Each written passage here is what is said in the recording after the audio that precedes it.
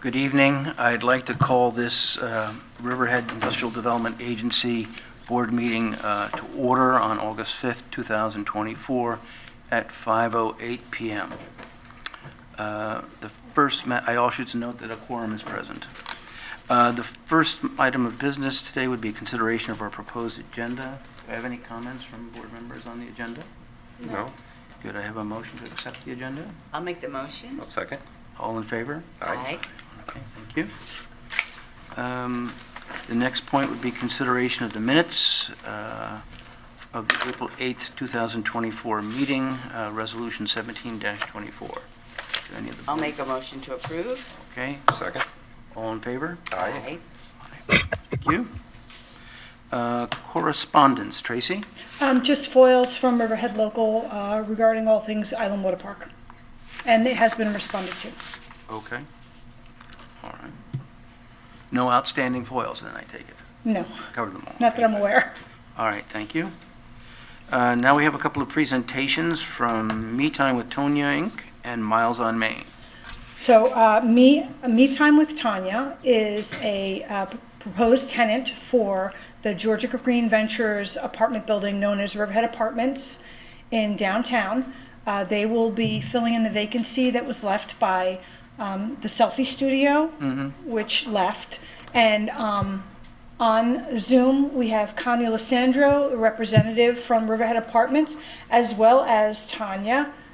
Actually, her full name is you're going to have to say it. And also, I just want to note that our counsel, Terrence Walsh, is attending by Zoom as well. Okay. As well as So- board member Lee. And Lee Mendelson, I'm sorry, yes, is home quarantining. Okay. So Connie, can you hear us? Hi. Yes, I can. Can you hear me? Introduction, Great. Good evening, everyone, and thanks for allowing us to come before you today. I am Connie Lissandro, and I'm the consultant for Georgia Green Ventures, which is also known as Riverhead Apartments and also Riverview Lofts. And we had a vacancy become available at the former selfie studio, who unfortunately, after a year felt that it was not viable for them to continue with their business. So we accepted their termination of the lease, and they left. I have to tell you, they did leave in good standing. So I mean, it was a very amicable, departure, and we were fortunate to have Tonya approach Marty Schnackner, who is our vice president and property manager for Georgia Green. He's also on the Zoom. Approach him, and he, obviously vetted her, and she was a very, very good prospective tenant. She's been in business in Aquabog, and she has a small little 575 square foot building, and she has grown tremendously. She's got a fabulous reputation, and I've known her from one of the salons that I used to go to, and she's really a great young entrepreneur. And she needed more space because her business has grown so rapidly. She's got about 1,000 really loyal customers right now. And when you say loyal customers for a business like her, which is a spa, which does pedicures, manicures, waxing, and massages, etc. 1,000 customers can be tripled, and even more so because they're repeat customers. So we felt she was a really viable tenant, and she submitted all her documentations, and we have since moved forward with her, and she's in the process now of building out the site, which is, I think I sent some photographs of what it's going to look like. She's doing a wonderful job. So we're very pleased to welcome her, and hope you will as well. And the building is full. We've got great tenants in there, and I think she's only going to complement it. So that being said, I hope you're all in agreement with me. Oh, thank you. And if you have any questions for me, I'll be glad to answer it. If not, Tracy, back to you. Okay. I had sent the prior. I have them in black and white, but I think they're small. I don't know if they can be seen by just the proposed plan for the interior of the project. And that's it. Before you, you have a resolution further on down in the agenda, as well as the proposed agreement, which all subtenants have to sign in order to make sure they comply with our reporting requirements and insurance. Okay. So, did Tonya want to talk about her business a little bit? Justin? If she's talking, she's not talking loud enough. I don't know that she is yet. We can't see her. We're only, we've She's lost. not talking. As soon as she talks, she shuts up. Okay, Tanya, if you're talking, we need you to bring the mic closer to your, Yes. oh, there we So go. I do have, can you hear me now? Yes, thank you. Okay, good. Hello, everyone. So yes, I do have salon in Aquabook for almost 2.5 years, and my business grew very fast. I do have a lot of clients, and the only reason why, like, there is no, I have no problems with the, like, having business, right? So the only thing that I needed bigger space. I want to add more services. I have a lot of clients. Every client comes at least every 3 weeks. So it's like, it's reasonable to have bigger space. And I think in Riverhead, like on Main Street, there is like a lot of walk-in clients. So I'm sure 100% that I can grow this business even more. Yeah. How many employees do you have now, Tanya? So I have few girls, like 3 girls, they work full time, 5 days a week. And I have 4 more girls, they work like few days, like some of them 2 days, some of them 3 days. And also I want to hire more people. The only thing that I don't have enough rooms. I only have 3 tables, and I don't have enough rooms to do. I'm sorry, here's that. To do like more services because space is really small. But now I'm like planning to get massage machine. They have this machine only in Southampton, and in Southampton 1 machine, and in sorry. And Manhattan 6. So I want to get this machine, and I hope it's gonna work. And also I'm trying, like I wanna do step by step. So now I have planned for this machine.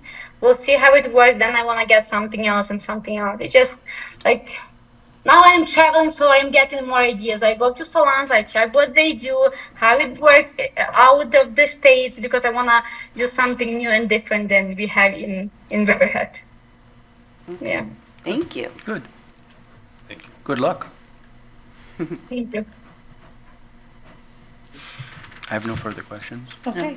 No. Thank you, Tanya. Thank you, Connie. Thank you, Tracy and board. Thank you. Thank you, everybody. Next, sir, is a tenant, which we already know is taken occupancy at Preston House, replacing the former restaurant. And it's Myles on Main, and Steve Schauger, who manages the hotels, is going to make the introduction and give us a little brief on what happened, what transpired, and why we have Myles on Main now. Sure. Thank you, everyone. Thanks for having us. I have myself representing Preston House LLC, and we also have Rob Lapinto on the line, who's representing Myles on Main LLC. Back in November 2023, we changed our operation at the Preston House to switch over from a full-service restaurant to one focused solely on private events. After 5 years of being open and struggling on the restaurant side, we decided to make some changes. That was a temporary switch with the goal in mind of leasing the space to bring back another restaurant. So in the meantime, focused on private events. And then fast forward to back in June when we got to Myles on Main, who expressed some interest there. We had conversations with them, have a lot of history with them as well. The parent company is American Resort Management, who is the management company of the Hyatt since we opened up in 2011, as well as the Preston House and Hotel, which opened up in 2018. I will also note that the changes that we had in November don't impact the hotel operations at all. This is solely on the house side, which was the restaurant per se. Obviously, the intent was to maintain the scope of the project by continuing with the restaurant portion, and we began looking for potential tenants to lease the space. As I said, ARM's been the management company of the Preston House and Hotel, as well as the Hyatt. They're well-versed in the IDA reporting, as well as the annual compliance reports, because they assist me with that. And let's see, I guess at this point, if anyone has any questions as to what we have planned, if not, I would like to propose that you guys approve Myles on Main, and then also open it up to Rob, who can talk a little bit about the operation itself specifically. That's fine. No, I don't have any questions. I don't have any questions. Okay. Thank you. That'd be great if Rob can just tell us how many employees you have already, what's the fare, and how things are going. Sure. Sure. Right now we have about 24 employees. Our goal here is to try and make it more family friendly, good quality food, affordable for a lot of families. We have the aquarium right across the street, so we'd like to get those families with those little kiddos in to get them fed. Also catering to the hotels that surround us, the Hyatt and the Preston House. And our goal really is just to become part of the community. Myles on Main is named after Richard Coleman, the CEO of American Resort Management. It's his first grandchild. So we want to kind of embed ourselves into the community and make it a stopping place for everyone at Riverhead. Great. I've seen a lot of children eat free ads across social media, so that's always a bonus. I've heard very good things Yeah. about the restaurant. Yeah, I've heard very good things as well. We've got a lot of positive Thank you. feedback for sure. Thank you very much. Any questions? Questions? I have none. I have none. No. So by explanation, it's really, there's not a difference in the scope of our original IDA project. This is really an administrative action that just kind of solidifies the requirement that they report to us the jobs and all those things so that we can make it a part of our state report every year. Correct. Yeah. Same thing with Tonya. Correct. Thanks very much. Okay, thanks, Steve. Thanks. Thank you very much. Thank Appreciate you, it. Rob. Thank you. Thank you very much. I hope I see everyone at the restaurant.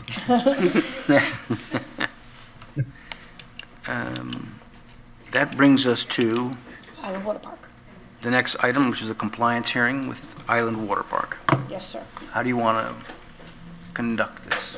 So Allison Lapointe from Sir Tillman Balin is the counsel representing the IDA portion of Island Water Park's application and compliance with the IDA. And she is here to give a little history on why there was a delay in responding to the compliance, as well as some payments, and to bring us up to speed as where they stand today.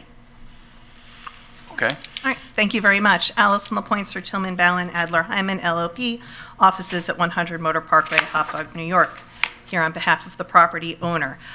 We are here this evening in response to a letter received from June 28th, 2024 from this body, which outlines 4 issues of noncompliance from the lease and project agreement dated December 1, 2021.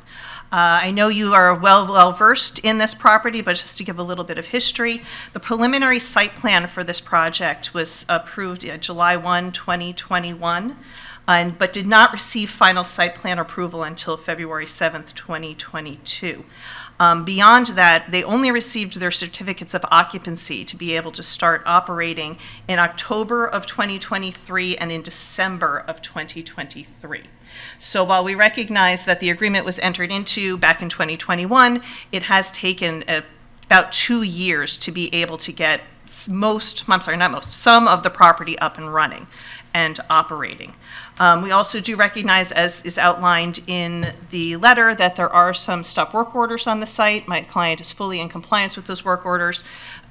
Any of those items that were written are not under operation at this time. I would also like to put forth that a site plan application for an amendment to the property was submitted on June 27th, 2024, and we just received our first comment letter from, may not be the first, but a most recent comment letter from the Planning Department on August 2nd. So as per the 4 items that are outlined in the letter from this body, the first is the past due pilot payments and taxes. I can confirm that I worked extensively with staff today to confirm that those have all been paid and are up to date. As late as this afternoon, were able to get the county taxes were paid this afternoon. I do have receipt, and I believe it was forwarded to Tracy, so that should be on file. I also have confirmation that the annual compliance fees were paid and were incorporated in the initial wire transfer from August 2nd, and therefore we are also now in compliance with item 2 from the letter. The third item that was raised in the letter was the employment numbers at the facility. I'd first like to clarify some confusion that was really on our part. We do recognize that a form was submitted to the board indicating that as of December of 2023, there were only 10 employees at the site. That was in error. They believed that they were writing it down for what was happening in 2021. We have resubmitted to the board that at that time there were 38 employees at the site. I'll ask you to please remember that we only received the third of our COs at that time in December, so having the ramp up to the full number of employees that are fully expected to be at the site is still delayed. The applicant did anticipate that the entirety of the site would open together and would be fully staffed at the same time. Due to circumstances outside of their control, it has been more of a phased opening. Again, when you opened in January, none of the outdoor activities were able to operate, therefore they could not be staffed, and the entirety of the building is not yet staffed because there have been some transitions in the utility of the building. So while they're still working towards that goal, I can report that we have also submitted documentation that at the moment we are up to 120 part-time employees, which is the full-time equivalent of 50, and total number of FTEs at 65. Now, that number was from June of 2024, which was prior to the Aqua Park being open. That number will be higher at the next reporting, but we don't have those numbers as of yet, because again, the full outdoor utilization of the site was not up and running in time for that reporting period. So again, the property owner fully expects to meet the employee counts as laid forth in the agreement. But again, as the site is not fully operational, that number cannot quite be met yet. The fourth item that was outlined in the letter are the deviations from the scope of work and some building code violations. So again, it is my understanding, and we do have certificates of occupancy for everything on the site with the exception of a meeting and event space, a go-kart track, and a pickleball court. All of those are incorporated into the site plan application that has been submitted to the Planning Department and which is under review at this time. It is fully the intention of the property owner to get those approvals and to bring the property into full compliance. We also, again, there are certain stop work orders for items that have been built outside the scope of work. Those are not under operation at this time. They're waiting for being able to get their compliance approvals through the town. Beyond that, my client fully recognizes that post this process, once they get the site plan approval, that the scope of work, an amendment request for the scope of work before this body would have to be submitted and brought under consideration of this body in order to continue forward. And with that, if there are any questions, I'm certainly happy to answer them. Is that our full list, Tracy? That's our full list. So, It is. I informed them today that, you know, concurrently with the site plan, you should probably work on an amended application to submit before this board, so it's, can be considered concurrently with the site plan approval. Certainly. When is the next item of compliance? So they'll get another compliance report in January. They'll have pilot payments, an invoice will be sent in December. And in between then and now, depending on the site plan process, or even, if you are convinced that the site plan is all you'll be doing, then, we'll do an amended application in the interim. So whatever, they should probably start working on that now, and we can start reviewing it as well and considering it. All right. Certainly. And we appreciate the concurrence, certainly. As part of the employment numbers, weren't there New York State employment forms that were requested? Yes, they did submit validation for the employment. They did? Yep. Okay. I received the forms, New York State 45, for one entity. They have several divisions. Mm-hmm. And Paychex submitted a payroll report for the other two. Okay, And they were consistent with the numbers, okay, good, as best as you can make them out. right, But it's the only source we have to verify yes. employment. So, putting aside these, so I guess it's fair to conclude from this board's perspective that they are in compliance with all of the requirements of this board at the moment. With the exception of the environmental concerns or the town violations. They have to come into compliance with that, but obviously it's going to take time. I would say the governance committee could meet, and perhaps I could seek guidance from town planning to get a time frame. You don't want it to go on forever, but that's about it. There's no way to determine how long the site plan approval process will take on their behalf, but as long as they're showing progress and initiative in trying to come into compliance, we're good. So what's the game plan? What's the rollout supposed to be then? Providing you can jump through these hoops with So- the town in terms of the things that sort of got messed up, shall we say politely. When do you think when can you be fully up and running and hitting those employment numbers? So the goal is we're seeking to be very aggressive on our end, because clearly from a business model perspective, being fully open and functioning is the end goal. So both of our goals align in that. A part of it is we will be operating and getting those approvals at the speed at which we can do that through the required processes. I can say that we do have, the property owner does have some other approvals in the background waiting to go. Like we've already confirmed that there's sufficient Suffolk County Department of Health Services approvals for what we have on site. So there's not much we don't really expect other agencies to slow down the process at all. What we're facing is going through the planning process, bringing that up to speed. The property owner is working with the DEC for any outstanding items there. That is a very active conversation that's happening.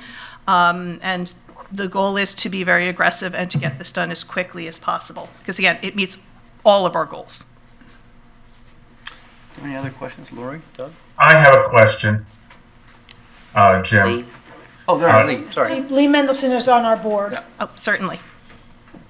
Is there a reason that it took to the calling of this hearing in order to get a response to the multiple inquiries that Tracy had made concerning the pilot payment and all of the other things that were not in compliance? This process has taken an inordinately long time, and we were either responded to with silence or promises that weren't kept. What I want to know is why it took until this point in order to have Island Water come and let us know what was going on. Well, I certainly appreciate and understand the frustration of the board that you might be feeling for that process. I can answer that partially, and if my answer is by no means sufficient, I do have the property owner present who can give some additional information. I can say from the timeline of the pilot payment, again, the COs were only issued in the end of 2023, and as they had not been able to get operational, the ability to move the money around, to have the money available to be able to make that payment was difficult for them to do. Because again, the full anticipation was to be a fully operational site well before the 2023 timeline. Beyond that, I would say that it would be that, trying to get the business rolling so that way the business is making a profit and profitable has taken a great deal of my client's time and energy. That said, if you would like some additional statements on that, I can make my client certainly available. All of that is well and good, and I can appreciate a lot of that, having worked with a lot of startup businesses over the years. However, in the time it took you to explain that, or less than that, someone could have responded to the executive director and sent an email saying that we apologize, there are certain things going on, we are just starting up, we expect to make the payment, there's a reason for the delay. That took you all of about 1 minute to explain, and it could have been sent in an email to Tracy months ago. That is certainly appreciated and understood. I will note, Lee, there was in the beginning, when they first requested a response, and they can correct me if I'm wrong, there was some employment change for one, and then there was some illness with some staff. That was in the beginning, but then there was a little lack of communication thereafter for a couple months. We will certainly endeavor to make sure we stay on point on that. Would you like to? Oh, no, certainly. My name is Ken Myers. I've been working with the project for about 5 years now, and I helped with doing this with you guys, and I've been working with Tracy. It's Mr. Mendelson. Yes. I apologize. A lot of this falls on, I have heart disease, and I fell behind on my medicine, and I had a bit of a thing that happened with that. I was dealing with Tracy, and I dropped the ball a bit. I would ask that you not hold the project responsible for some of my errors. I did think I had some of it answered, and in hindsight, I didn't, and I went on a couple months leave. But as soon as we got back and, this came up, I've been running around trying to get it handled, but I do apologize for my part in that. I'm sorry. And I just hope you can understand that I did send over some stuff, but we also fell behind. And also there was confusion as to what's a property tax payment, what a pilot was. We were all new to this, and that, also falls on me because I should have educated myself better. Apologies to the board and to you. I respect that, and I hope that you're feeling better.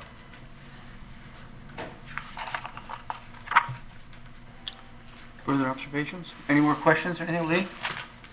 Just from an Not for overall me. perspective, can you give us an update on where the project is with the DEC process? So the property owner has been working with the DEC. Now, a great deal of the environmental on the site will be handled here in the town under the seeker process. There has been, they have hired a separate consultant that is helping them navigate the DEC process, and they're working on their compliance. It's ongoing.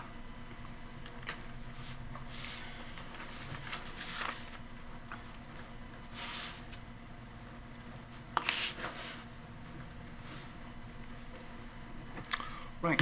I don't have any. I will also note that Allison is newly appointed and we'll be in communication every couple of weeks or every month to make sure that things are progressing to the board. All right, then. I'm good. Everybody? Then let me, I guess, do we need to close a compliance hearing? Well, it wasn't really Have to do opened, that, it was just, say. So, thanks very much. Thank you very much for your time and Appreciate your coming into consideration. compliance promptly. And, let's make it happen. Certainly. Have a great evening. Thank you. thank you. Thank you. That brings us to the treasurer's report. Are you going to provide that, Tracy? I will do that. Treasurer's report dated August 1st for the month of July.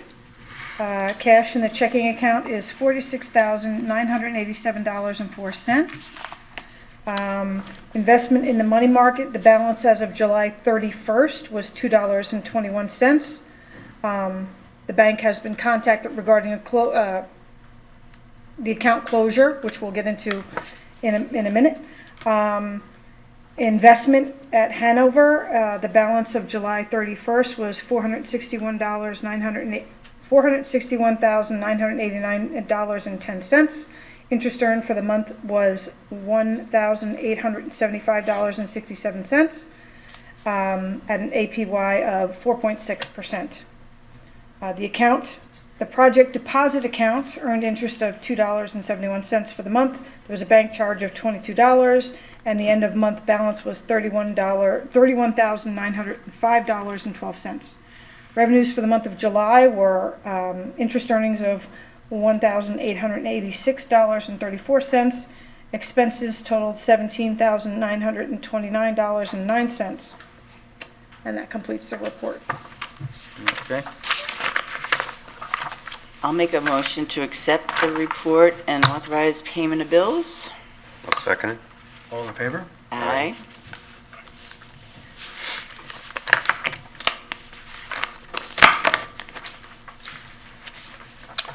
Right. That now brings us to the committee reports. There's no audit committee today, and there's both a governance and a finance committee report. So, Laura, you're going to take a Sure. look at the governance committee minutes? Sure, we actually got a had couple of them, don't two we? meetings, yes. Yeah. So the governance committee met on June 24th via Zoom to review agency statistics that's compiled for the annual report to New York State. Jobs reported for 2023 equal 1,645, and new jobs that year compared to prior job levels for all 26 active Riverhead IDA projects is 1,267. This figure includes projects that are still under construction and have not commenced hiring. Pilot payments and special district taxes paid in 2023 equaled $2.93 million compared to prior taxes on the same parcels of $721,000. Of those pilot payments, $1.17 million were made to the school district compared to $430,000 collected in taxes prior to the IGA projects for those same parcels. As a result of compliance reporting, 3 IDA projects were sent letters to notify them that they did not meet their job projections for the year and requested an explanation. A review was made of the explanations, and the committee agreed that they were acceptable and will continue to monitor progress. Another project, Restaurant Depot, was identified as exceeding its sales tax exemption, and an invoice for curing the overage was sent. Outstanding compliance issues were also discussed regarding Island Water Park, and the committee directed a letter of default be sent with a cure period and a request that they attend the August 5th meeting of the IDA for a hearing to explain the circumstances surrounding the noncompliance. The committee also recommended members review a recent audit of the New York City IDA by Comptroller DiNapoli, Suffolk County's IDA's policy on housing, and recently passed state legislation related to IDAs. Given the lack of agenda items for July, a recommendation was made to cancel the meeting of the full board. A governance committee meeting was also held on July 29th via Zoom to discuss outstanding compliance issues related to the Island Water Park and Restaurant Depot projects. Committee members were updated by the executive director and agency attorney as to responses from Island Water Park related to various correspondence the agency has sent to the company regarding its late pilot payment and failure to submit its compliance report and payroll records by the deadlines. The expectation is that all outstanding items will be received and payment and penalties paid by the agency's August deadline, and if not, the governance committee will reconvene to develop recommendations for recapture and other potential remedies for consideration by the full board. The Restaurant Depot project was notified that its renovation contractors have exceeded the project's maximum sales tax exemption, and an invoice has been issued for full repayment to state and local governments, along with penalties and interest as outlined in general municipal law. Agency counsel informed the committee that this does not trigger an event of default unless it is not remedied. The agency has been informed by Restaurant Depot's attorney that a check for the recapture amount with penalties is forthcoming. So that's the report. Have we received the... Well, their comptroller went on vacation last week, but he had said he sent it to the main office, and it was in processing. Okay, so we haven't received it yet. That's correct. Okay. Great. So that's the report. That brings us to a Finance Committee report. Are you going to provide that? I'll give the report. You can do it? Okay, great. The Finance Committee held a meeting by Zoom on May 10th, and at that time, the committee was fully in presence, as well as the CFO and the executive director. The agenda for the meeting was to review the agency finances and vehicles of investing. The CFO informed the committee that the agency has approximately $289,000 in the operating and money market accounts. This is not inclusive of the depository account or pilot accounts. The agency is anticipating another closing with a fee of approximately $250,000 of revenue within the next month. The CFO suggested using Hanover Bank, which is offering 4.5% interest instead of the M&T T-bills, due to a quarterly charge that M&T was placing on the Treasury bill investment. After a brief discussion, the committee agreed the quarterly custodial fee was counterproductive to the investment. Although T-bills are available through a retail account for a transaction fee per trade, which is much lower, the problem is that someone will have to manage it. Some T-bills are at 5.5% for 1 month, and shorter dated paper have higher rates. Doug advised that he had managed investing for a county, but he handled it after the cash management part. He thinks it's easier to let someone else manage it, but it depends on what level based on the volume. The agency volume is not that large. Doug shared a sample Treasury portfolio for discussion, but the portfolios will depend on how much money the agency would deposit into the account, and pricing will differ as a result. Denise Cooper, the agency CFO, described the Now checking account through Hanover. Other local agencies are using the institution. It seemed relatively simple. There's a current interest rate of 4.5% for municipalities, and it's collateralized. The agency is required to have collateralized deposits in excess of the FDIC insurance limit. They are based in Hopog. So it is suggested to pre-fund the agency's expenditures each month with one transfer, which is about $20,000 per month. Hanover Now account cannot be used for everyday banking, but transfers in some activity per month is permissible, and there would be no fees. Flushing Bank was comparable, but wanted all the agency's business. They also wanted a minimum of $1 million, although offered an exception. Flushing also did not have any other municipal customers. The executive director asked about the CD rates at Hanover. The M&T rates were way too low. Doug did discuss brokered CDs, 1 year of which was about 5.15%, but whatever is the easiest for the agency to administer. Both options were discussed. One account that you can keep all your surplus in to draw from seems the easiest to manage. The CFO recommended maintaining a minimum of $60,000 in the operating account, estimating approximately 3 months' worth of expenses. With an annual expense rate of approximately $240,000 per year, everything above $60,000 can be invested, and laddering was discussed. We also discussed dropping $100,000 into a CD for Now, and whatever amount we can invest in the Now account. We revised, we asked if there was a lockout period, but that was not discussed with the financial institution. The CFO recommends closing the M&T money market account, opening an account with Hanover, and depositing an initial $230,000 into the Hanover account.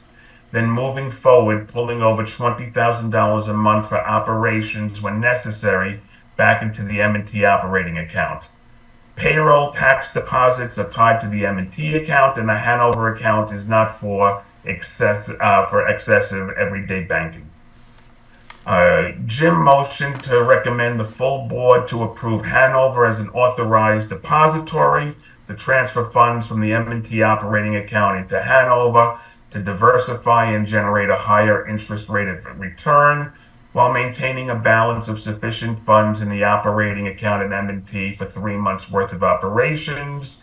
It was voted unanimously in favor. It was also discussed and voted upon to take all prerequisite requirements to actuate and authorize such transfer until the full board may ratify the action during the next board meeting. That was voted on unanimously, and that concluded the meeting.